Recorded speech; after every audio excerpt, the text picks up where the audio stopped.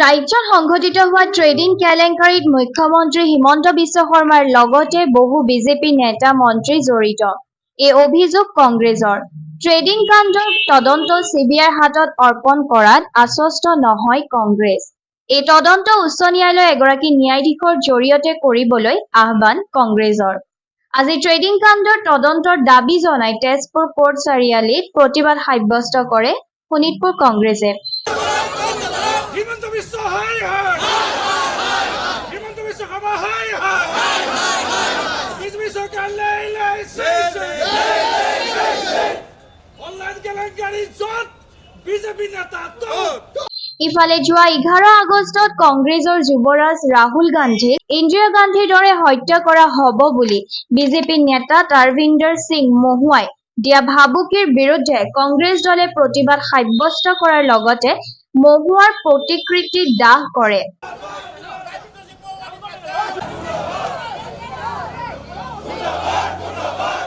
তাৰ লগতে মহুৱাক অতি শীঘ্ৰেই গ্ৰেফতাৰৰ দাবী জনাই প্ৰতিবাদ সাব্যস্ত কৰে। আজি চাওক, আজি অনলাইন ট্ৰেডিং কেলেংকাৰী যি হৈছে এই কেলেংকাৰী তদন্ত আমি বিচাৰিছোঁ।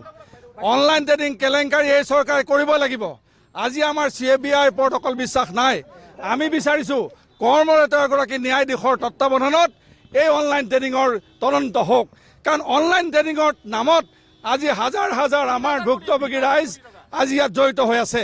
আজি সাধাৰণ জনতাক প্ৰলোভন দি পেলাই, দুখীয়া জনসাধাৰণক প্ৰলোভন দি অনলাইন ট্ৰেডিং এটা চক্ৰান্তই আজি চৰকাৰৰ পৃষ্ঠপোষকতাত হাজাৰ হাজাৰ কোটি টকা লুণ্ঠন কৰিছে। আমি সেইকাৰণে বিচাৰিছোঁ যে অনলাইন ট্ৰেডিঙৰ তদন্ত হ'বই লাগিব। চিবিআইৰ লগতে এগৰাকী মুখ্য ন্যায়াধীশৰ দ্বাৰা আমাৰ উচ্চ ন্যায়ালয়ৰ ন্যায়াধীশৰ দ্বাৰা তদন্ত হ'ব লাগিব।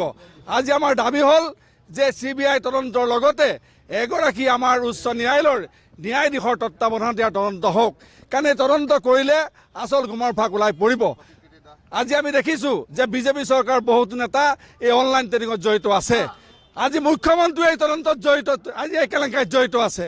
আজি ইয়াৰ লগতে আপোনালোকে দেখিছে তাবিন্দৰ সিং মহুৱা, তেখেতে ৰাহুল গান্ধীক হত্যাৰ ভাবুকি দিছে। ইয়াতকৈ আৰু এখন দেশত গণতন্ত্ৰ খৰ্বহা কাম এই বিজেপি চৰকাৰে কৰিছে।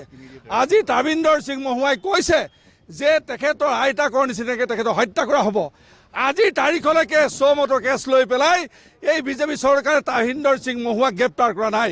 আজি আমি দাবী জনাইছোঁ যে তাহিন্দৰ সিঙৰ আজি আমি প্ৰতিনিধি দাহ কৰিছোঁ। এই তাহিন্দৰ সিং মহুৱা আজি নিপাত হ'ব লাগিব আৰু এই চৰকাৰখন তেখেতক গ্ৰেপ্তাৰ কৰিব লাগিব।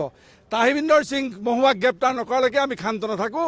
কাৰণ ৰাহুল গান্ধীৰ জীৱনৰ প্ৰতি নিৰাপত্তাৰ প্ৰতি ভাবুকি আহিছে।